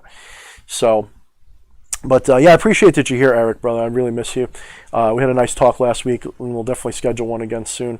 I hope everything's working out good with that thing that we were both helping someone with. I don't know how much you want me to say, but that thing we were talking about. But yeah, Lowland, we like calling it, Mercury in our Gatorade, and I'm pretty sick and tired of Mercury in my Gatorade. Let's be honest. We have a system, all right, a social system which is absolutely founded upon the fundamental ability as human beings that we have to communicate right now. More so than electricity, because, well, actually electricity is more fundamental, yes, but in our modern age, but the internet, our ability to communicate freely and share things, do podcasts and videos like this, to post things on Facebook, what we really feel, to be able to block people who offend us and at the same time keep them in our lives if we want to and just ignore them. The ability to communicate effectively is absolutely a fundamental thing. It's the reason why it's the First Amendment in the Constitution. It's the most important of the Bill of Rights, okay? If we can't speak our mind, if we can't think of our truth, if we can't speak our truth to the world, with obvious, if I say something racist or wrong, obviously there's repercussions, and that's totally how it should be. Protected speech, the fact that your speech is protected doesn't mean that you can say anything and not have repercussions. It just means that you can't be in trouble for speaking your mind. That's what it means. You can't be put in jail because you're a Christian. You can't be put in jail because you're a Satanist. You can't be put in jail because you have an unpopular opinion, or even because you're racist. That by itself wouldn't be enough. And that's important. If we don't allow the bad guys to have freedom of speech, we can't have it for anybody. Well, we're in a retrograde right now. And retrograde means a lot of things you say are going to be miscommunicated, and a lot of people are going to misunderstand what you're saying. And electronics and video games and machines are going to fail, especially the internet and your phone and your this. Anything that has to do with that kind of communication energy. Just to reiterate what I said before. And so there's no question in my mind that we're seeing a breakdown in communication between people on different sides of issues right now. So that's going to be normal. So if you really want to have fun, turn that into a curse. If you have somebody who needs a good curse, not a bad time. If you want to screw up their relationships, not a bad time to use that to that purpose. So, okay. Dice Controller asks, can't the energy be translated close to exact ever? I assume you mean what we're talking about with the memories and the astral stuff. Yes and no. I mean, how often have you had a dream that came exactly true or was exact? It's not that different. I think you're seeking a Hollywood type of, scenario. I think you're expecting magic to be more than it is. And when I say more than it is, that doesn't mean it's not pretty damn incredible. What I mean is that to give you a more vivid experience that is more fun, that reminds you more of the bizarre stuff, instead of doing the work that is required to interpret the things, which is where the real magic happens, you're hoping that it's just going to slap you in the face with the answer. Maybe that's what you're doing. I don't know. I don't know you. I'm just going by what you're saying here, and I might be misreading because I'm just kind of skimming through the things. But what I'm suggesting though is that watch my other video. I can never remember the name of this video where I talk about, is your third eye blind or are you just doing it wrong? Basically is the gist of it. The idea is that instead of trying to see things like vivid manifestations that are Hollywood level special effects and exact and precise, and you can read a book in the astrals that's in somebody else's hands, No, because that's not how this works. It's not meant to work that way. It is literally meant for a higher purpose than that. That would be like a parlor trick in a way, because you could walk over and take the book out of their hand and read it. You could buy the book and read it. It's not necessary to do that other thing. You, in a very real sense of the word, wrote that book. So in a way, the gist of that book should be available and is available to your higher self. But you as an ego that's expecting to be able to float in the astral to that person's experience and read the book out of their hand or remember something from the past or see another life, your ego wasn't that person and is not that person now. It didn't have that experience. Do you understand what I'm saying? Maybe that's where I have to come from, is tell you that the person you think you are doesn't exist. They are mercurial. They change constantly. The person you were when you were 10 is dead and doesn't exist anymore. So how can you really fully be that person again and know its thoughts again? In a way you can, true, but if you can achieve those things you're talking about, put it in a book. And I think people will flock if you can prove it. You'll probably be the first one who gets away with it. Yeah, like you said, the multiverse, I will be the one. What, is that what the name of that movie was? Was that a Jet Li movie? I love that movie, dude. That was a great movie. He has to, for those of you who don't know, there's this movie called The One. I think it's called The One. And it's Jet Li, and he's like on this planet in this other dimension where they were trying to assassinate him, so take him out of all the timelines of all the universe. And so they were assassinating him one by one. And as they did so, this one iteration of Jet Li becomes more and more powerful because there's less and less of them in the world, and all of their abilities and knowledge just kind of flowed into him. And when it was down to the last two, it was like really cool. So look at that movie. It's a pretty good movie. It's a really cool movie. Thank you, Dice. I appreciate that. Yeah, I think I'm gonna cut it off in a minute. I'm gonna give you guys a chance. Let's see, what time is it? Let's give it 10 more minutes, okay? So we'll go at an even 1:30-ish amount of time. If you guys have any more questions or comments, or if you want to, share anything with me, now's the time. I'll give you guys a few seconds to look it over and think of something to say. Something that's not going to take me a day to explain, please, because I've been pretty... My voice is kind of funky right now. By the way, my wife and I are most likely going for a nice midnight walk again tonight, so there might be some cool pictures tomorrow on my Facebook. We'll see if we get anything interesting. It was really foggy that last time. That's where the intro for my videos came from now. Was from a really foggy late night walk, and it was just like this really cool scene. And I said, I got to take some photographs. And I took a few photographs. They look cool. And I'm like, hey, let me shoot a video of me just walking down the road. That might be really cool for an intro for my channel. And the rest is history. It came out really good. But it's like that around here lately. So. Oh, okay. Interesting point, D. Our Invisible Bodies by J. Alfred describes seeing things backwards astrally. I'm not going to agree that that's been my experience. But I think it should be potentially possible. In other words, one way you could examine astral or enlightenment even is just shifting your perspective a little bit one way or the other.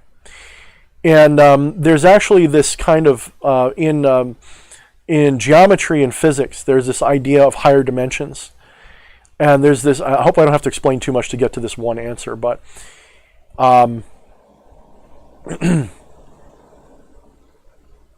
in geometry and physics, there's this book called Planiverse, where there's basically this two-dimensional world where everything exists on a perfectly flat plane.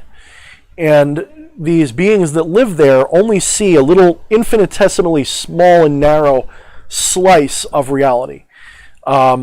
And they only see reality in that way. So it's just a line to them. But whatever way, they're able to see details in that line, but only in the horizontal, or I suppose vertical plane, whatever they probably wouldn't even see it that way. They just see it as a line. That's their entire universe. And in reality, their little 2D sliver of reality is within a three-dimensional universe. And so a being that's three-dimensional could literally look down on that two-dimensional plane and see inside objects and see within things because they're looking from a different angle. Yeah, Flatland. Thank you, D. There's also Planiverse. That's the other version. There's 2 books with the same theme. Planiverse is a little bit more. That's why I'm getting confused. Flatland. Thank you, D. Thank you very much. So in this idea, it is entirely possible to take a person that's a 2-dimensional person anyway, pick them up out of that universe, flip them upside down and put them back. They will feel like their left hand is now their right hand is now their left, but they will look like they always looked. And in the same sense, you could do the same thing to a 3-dimensional being, in theory. If that's true, then a spiritual being or whatever, a higher dimensional being could come, yank you out of this reality, spin you around along an axis that we can't understand, put you back, and your left hand will feel like you're right. You'll suddenly become left-handed, even though you swear it's your right. So in a very similar sense, that is, very possible. Very possible. EA giving me the big old 666. Thank you, brother. Love and support. Keep doing you. It is appreciated. Thank you, man. You know that, as we've become friends, I'm feeling the same way, man. What can I say? I mean, every time you and I talk, I feel more and more confident in our friendship. I mean, screw everything else. I really don't care about the rest. You and I are becoming fast friends, and I appreciate your support, man. And I do support you. And, what can I say except that I look forward to the future of what we can produce together. And I want to shake this world the fuck up. And if you're still here, I know you know what I mean. I want to shake this world the fuck up. I know you want to do the same thing. I want to reach out and strangle the soul into people, if that makes sense. But not forcefully. I want them to see what's possible. I want, like the superheroes to come back, as you say, the superpowers to manifest, and for us to shake this world apart and be like, you can't push us around anymore with your bullshit. So I know you share a lot of that vision, so I do look forward to that. All right, let me scroll through. I think I saw one more question that I think I'm going to have time to answer. I'm going to answer 2 of them, actually. Lowland first. What are you doing for this Sunday's Dark Moon? Anything sinister? For those of you who want a little bit of a preview of what's coming, on Halloween night is going to be one of the most powerful moons that is going to happen. My intention is to set in motion a thing soon designed for that night. And what it's going to be, just to give you a little preview, is a major gate opening for the Shadow People. And me and this one other gentleman named Josh, he finds it funny when I give him a shout out, who's one of my mentorees. He's working his way through Shadownomicon. He's ready to do this. He's initiated with Legion, Ronzale, and a few others. He's ready to take on this thing. And so we're going to be experimenting with a couple of preliminary projects to see if we can get it to work in our own areas, environments, etc., see how it feels. In case you're wondering, that is sort of something. I don't want to get into any more detail, just in case there's some people who might want to, not that you really could, but just in case somebody goes, oh, I'm going to mess with D.H. Thorne and try to throw his energy off for that weekend.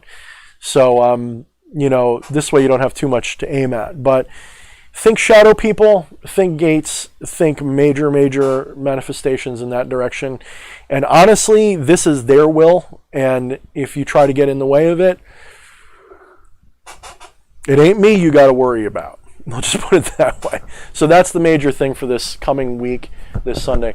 So Drucifer Walsh says, let's see, was that the right one? But I do appreciate that comment. No, there was another one. I'm going to read your comment anyway. I really liked your recent video on not letting magic become benign and keeping things sacred.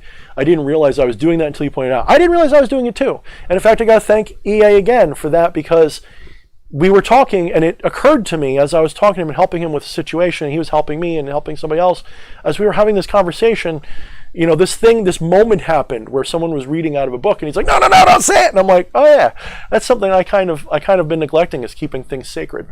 And sometimes because of what I do, I just kind of let things flow, and I don't take them.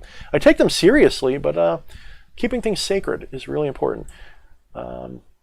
Okay, this was the last one I was going to answer. So, let's see. Let me just scroll up. Jeff Morans asked, D.H. Thorne, is there such a thing as different class demons? Serpentine demons, abyssal demons, etc. I'm trying to think of the right way to put this in a metaphor or language that will be simple but also meaningful, without having to reiterate everything that I talk about. No offense. It's just sometimes to answer a question, you have to explain things twice that you've already talked about before, because they kind of have the same origin. And some of you can probably predict what I'm about to say. The forms that we see these spirits in, again, like our astral stuff, is symbolic of something. So that's not to say that they don't have any meaning. However, we have to recognize that a majority of what we are seeing is something we're creating. EA and I spoke about this on the last stream we did together, where it is literally you're creating a form for them to inhabit, to animate like a puppet. When you're imagining them in the room in your ritual chamber, that's the first part in a lot of ways of invocation. It's a very important piece of that puzzle. If you're not doing it, you're probably not going to have as strong a result. It'll still happen. It can still happen. Don't worry. But it's a very useful practice, very useful technique. And that requires that you kind of invent what they look like a little bit, doesn't it? It kind of requires that you go, okay, I know that this spirit is associated with the draconic current, so he's going to appear as a dragon. Ha-ha! So what do those things represent, which you described? Serpentine, abyssal, etc. What do those things represent to you? Get to the fundamental core of that symbolism. That's what they are.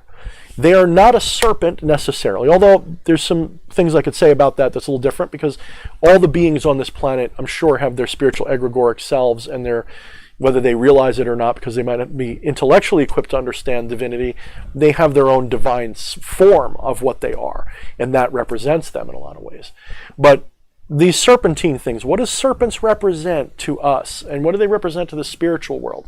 They represent rebirth. They represent the hidden, the life force, the essence of things. Because serpents were often found in the hearts of termite mines, and they had no idea how they got in there. They would literally be just living in a termite mound, and they'd go, how did they get in there? It's like they've been there forever. And they would sneak in and out, and people wouldn't see them come and go. So it was the hidden, the unseen soul of that termite mine. It was very, very meaningful, symbolism. And abyssal, what does the abyss really mean? And a lot of people get this wrong and think it's a big black place, and it's really cool, and it's hell, and the abyss is the last thing that you can consciously fathom before infinity of paradox. The abyss is the last stop before the void. Because the abyss is a point where you can look over the edge and say, there's the abyss. Once you're in the abyss, however, there is no edge, there is no anything else, and it becomes the void. So when you think of the void, what are you thinking of? When you're thinking of the abyss, what are you thinking of? The abyss is a place where things go that are forgotten, lost, but are potentially still imaginable. The void is where everything comes from that cannot be known. It is the unknowable. It is the everything and nothing paradox that is at the same time happening. It is the unthinkable. You can't even imagine what it is. It's literally impossible to do. You can only feel and know it's there. The abyss is not unlike this, except you can fathom emptiness. You can fathom blackness that is eternal. You can fathom darkness that's forever and ever. You can fathom a lack of experience in a way, but even that is just blackness, isn't it? So the abyss represents that side of that coin, if you will, of infinity. So an abyssal spirit, what is that? That would be a lost spirit. That would be a shadow, most likely. Or it would be a being that is similar. So I've equated Karanzan and Legion very strongly. I don't know if they're the same being, but they have a lot in common. You can look up Karanzan and you'll see, I didn't know this. You can look this up and see, hey, they share a lot of things in common. So are there classes, though? Not as such. There's archetypes. That's the best way to describe things, because spiritual and psychological are not that far off from each other. The spiritual realm of forms and ideas is, psychology, Jungian psychology is probably the most rational magical concept I can imagine. Like if you're a skeptic but you want to know how magic kind of works, Jungian psychology is not a bad place to start and get your feet wet, because it answers a lot of the questions that we're talking about. And Jungian psychology is full of collective conscious, collective unconscious, the ego, the id, not the ego, but you know what I'm saying. All these different archetypal forces, the hero's journey, and all of these things that are big pieces of Jungian psychology, and really it should be called Jungian metaphysics in a lot of ways. The metaphysics of the soul would probably be a better way, because he doesn't discount the idea of soul. And so what are these beings that we're working with except archetypal ideas that are expressed in individual egregoric ways. So Lucifer is the archetype of liberation, rebellion, light, enlightenment, and all of those things. That's his archetype. And he will filter down into individual experiences in fallen angels, in satanic things, in adversarial spirits, in even Jesus perhaps for some. There's been a lot of people who have definitely conflated the two in a lot of ways. They definitely share some things. However, Jesus kind of aimed you not at liberation, but at liberation from one regime and then service to another. So not really the morning star, not really. But yeah, so that's the short answer. For a long answer, go back in my videos, look up my Beyond the Goetia. I have like 2 or 3 videos in that sequence, which might help you a little bit better. So, all right, let me scroll down, see what I missed, see if anybody commented or anything. Yeah, I think we're good. Zulak says the chakras. No, the chakras are thought forms. They're interfaces you've created with your energy body through belief or the belief of others. What they look like, what they feel like is completely and entirely up to you. However, they are overlaid over actual and real centers of awareness in your holistic self. So your sense of self begins and ends with your heart, but it has throat, it has third eye, it has crown, it has the solar plexus, the sacral, and the root. And then it has the 2 that are, external. You have technically 112 internal and 2 external chakras. Their color is just a way to understand them, because color theory is a thing and it matters. Can they be all black? 110%. One of the practices that I occasionally use is I will take all my chakras, I will cram them together into one big chakra and encase it in black ebony and make it impervious to the external threats that come at it, and then I will open it up and let it breathe, when I need to. So that's just one thought. And my point is that chakras are not things that you can verify in a mechanical way. They are literally what you imagine is in that place because you've heard they're there, because you feel a presence there, and you will feel something there. I'm not saying there's nothing there. I'm just saying that the word chakra and its implications is a cultural thing. It is an idea. It is a thought form which represents something far more fundamental and basic about your experience. And you can have an infinite number. That's a fair statement, Zulak. For you, that's fine.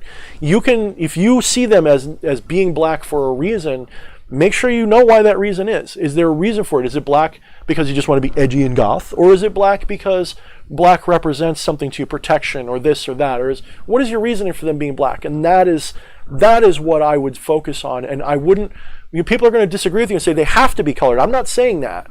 I would never tell you they have to be colored. I'm saying I see them as colored because it's much more useful to associate the colors with energy vibration that I can interact with meaningfully. If I see my root chakras red, there's a reason for that. All right, let's see. Evan, I don't know about how quick my things ship to Canada. That's all on Amazon and their distribution. If they have a place that prints it nearby, then yes, you can absolutely get it sometimes the next day. So it really depends on the distribution. I would, when you look on Prime, it will tell you for sure, available next week or the week after. So just check with them. If you don't have Prime, I think they still give you an estimate of how long it'll be.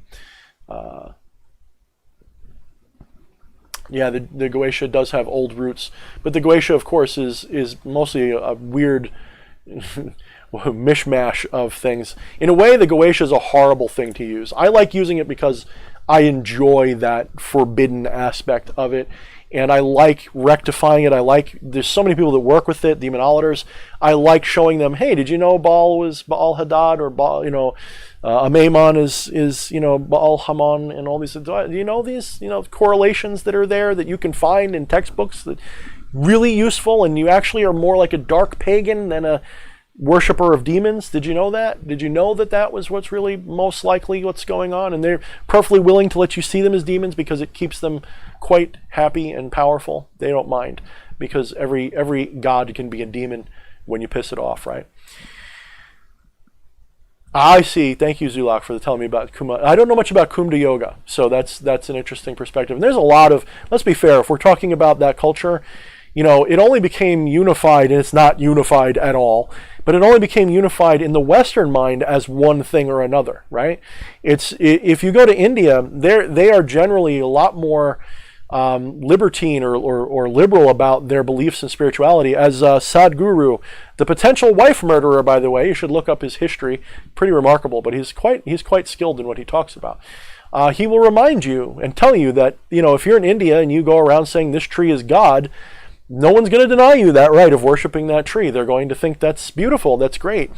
Their spiritual beliefs are not without tradition and requirements and closed-minded thinking, but the chakra system comes from a very ancient practice that started with 1, 3, 2, 5. The 7 we have now is literally just a simplification for us Westerners, and that is kind of that's kind of what we use, okay? And it's perfectly functional that way. You can use the Dantian system if you prefer, or you can just use the auric egg or the Madame Blavatsky stuff, with energy bodies. Nothing wrong. I don't require in my work that you use one or the other, but I do find chakra to be the most useful because they actually correlate with the planetary energies. They correlate with a lot of things. So you could actually take the different chakras and see what planetary energies correlate with that. And the same way you can take other spirits, because the original intention of yoga was a theurgy. It was a way to imbue spiritual energy and soul and gods into your own energy body and make you into a higher being in the process. You would literally see your chakras as like a facet or a setting for a jewel. So in the middle of your spinning chakra, you have this ability to literally install elemental energy, gods, and all that kind of stuff. Understand? So you can turn it any color, you can be a lot of different things, and there's so many different ways to interpret and use them. Very powerful stuff. And I use it for that purpose. And if you want to remove them and just make a soul star, go for it. It's just a thought form. It's just a way for you to connect with your energy body. And yes, you can still be fed from. Don't listen to the hype when they say, if I remove my chakras, no vampires can get me. Yeah, right. I promise you. You can still be gotten. Having a soul star doesn't make you immune to anything. All right, let's see. I should be done, but you guys are like giving me some good stuff to bring up. No, Freedom Flame. I don't think I'll be doing one for Volok anytime soon. I've never worked with him. Maybe it'll happen. Maybe it will happen. So I'm not saying never. Let's see. Okay. I think we're finally at the end. I think I missed one. Yeah, Drucifer pulls out. Good point. D.H. Thorne brings up the argument that these spirits are different aspects of our true self that we slowly unlock. I don't deny that. I really don't. I know some people insist that they be only external, but then they'll go on and talk about Gnostic, beliefs of source, and that they'll believe their source and all this, but then they still believe that these beings are separate. They are separate, but they're also you, and they're part of your higher divinity, ultimately. No matter how you slice it, somewhere at the end of the rainbow, you're all the same thing. So in a very real sense, they are a part of your higher self. But they're identified, they're individuated, they're egregores, they're ego masks that are worn by consciousness. And this consciousness thinks it's separate enough that it experiences reality from that perspective. That's the mind-bending way this works. This is why it gets so difficult, because you have to understand, if you understand the way I do, which is a dogmatic way of thinking, but I have experiential evidence, at least in Magick, from that. Thank you, Dee, about my explanation. And I'm not like the end-all, be-all expert of chakras. I do work with them a lot. I do have a book on chakras, which is talking about what I just talked about with some rituals, but I'm saving that for later because I want to make it as infernal as possible. I want to do away with the goody two-shoes version of chakras for you guys who like a more balanced left-hand path approach that allows the working of darker energy without destroying yourselves, basically. Let's see.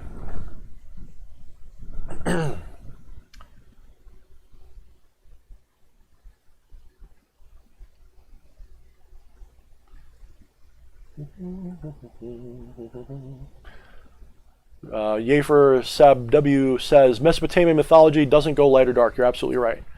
Absolutely right. Same thing with most, I mean, honestly, most mythology doesn't. Most mythology, there aren't good gods and bad gods. There's elder gods and current gods. That's usually where it goes. And this elder god, current god dichotomy is the closest you can kind of get. But there was, people may not have, I guess it depended on the culture. Maybe some cultures didn't care if you worked with one of the elder gods. And but you were supposed to really work with the Jupiters and the current family, so to speak, that suppressed or whatever, that defeated the older gods. Every single story until, it's almost like Christians forgot that part and they just became, it's all that one God. It's just that one God. That's what it is. All right. Someone said something, Ordo something or other. Where is it? Yeah, Ordo Sonitus Lux. Yeah. I think he's responding to something I said, which many demonologer groups talk extensively about how many of the demons came from gods, absolutely, and analyzing the change in perception over history. And I'm glad to be one of those people talking about it. It's definitely something that I feel is part of my purpose in this particular flavor of the occult, is to point that out and help people find it, because so much is, made profane.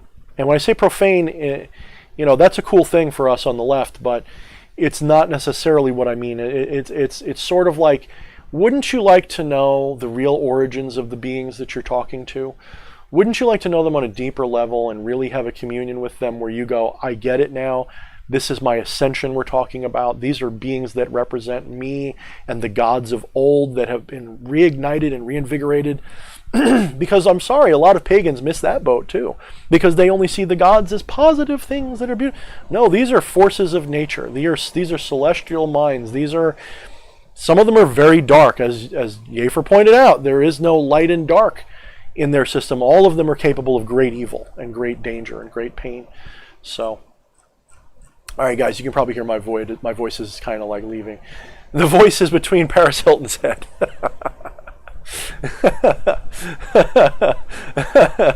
Oh goodness. Oh man, thank you so much. All right, guys, I think I'm going to take off. People are asking more questions that I can't really answer right now, but yeah. All right, guys, so and for some reason I got to figure, I think it's the color of EA's thing. You should put all your stuff in bold, EA. I see you commenting and talking to people, and you're saying things. You know what? Do me a favor. If you haven't already, because I haven't checked, message me on Facebook, and let's do another live stream before either before July or early July. Let's get another live stream going, because I love when you get into these conversations and you get it going, because I would love to have you jump in again. So. All right, guys. I love you all so much. Well, those of you who deserve my love, everybody else can go screw. But those of you who I love, thank you very much for being here. And I appreciate your support. I appreciate your donations. I appreciate everything you do. If you want to help me out some more, or you want to just be my fan, make sure you subscribe. Make sure that you like my videos. Make sure you like this video. Make sure you comment when it's over if you want. It'll help boost it in the ranks. And if you want to help me financially, Super Chats are over for tonight, but you can always go to my Amazon. I have the links all in the description of this and all my videos. You can go to Amazon, buy my books. Become the Maelstrom is an excellent place to start. Shadownomicon is also an excellent book for the more advanced who are ready to work with that current. And you can, of course, help me out on Patreon. You can also go to my Teespring. If you like this, if you want one of these sitting over your altar, or if you want to use it on a big table as your altar top, go to Teespring. The link's in the description. You can go there. One last person I want to give a shout out to, who I haven't in a little while because she was kind of saying she wasn't ready, is my friend Elena, who operates Limitless Liberations on Etsy. Contact her if they're up still on Etsy. If not, send them a message and ask them when they will be, because I have a video that I have to produce a little bit better because the lighting sucked, where I showed off that ritual altar. You can see it on my channel. It's already there, but I want to do like some rituals with it so you can see it. She created a really awesome resin altar top that incorporates all kinds of incredible stuff, crystals, gemstones, even gold foil and gold leaf, to make it extra powerful. So, all right, guys, Check you again soon. In the meantime, mind the shadows.